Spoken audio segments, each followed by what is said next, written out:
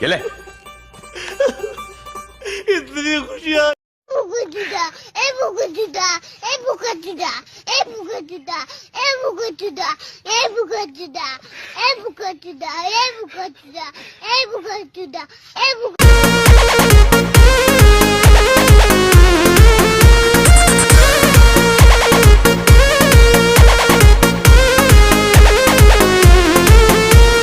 छीटा जवानी के उड़े दहो, मनवा से मनवा के जुड़े दहो।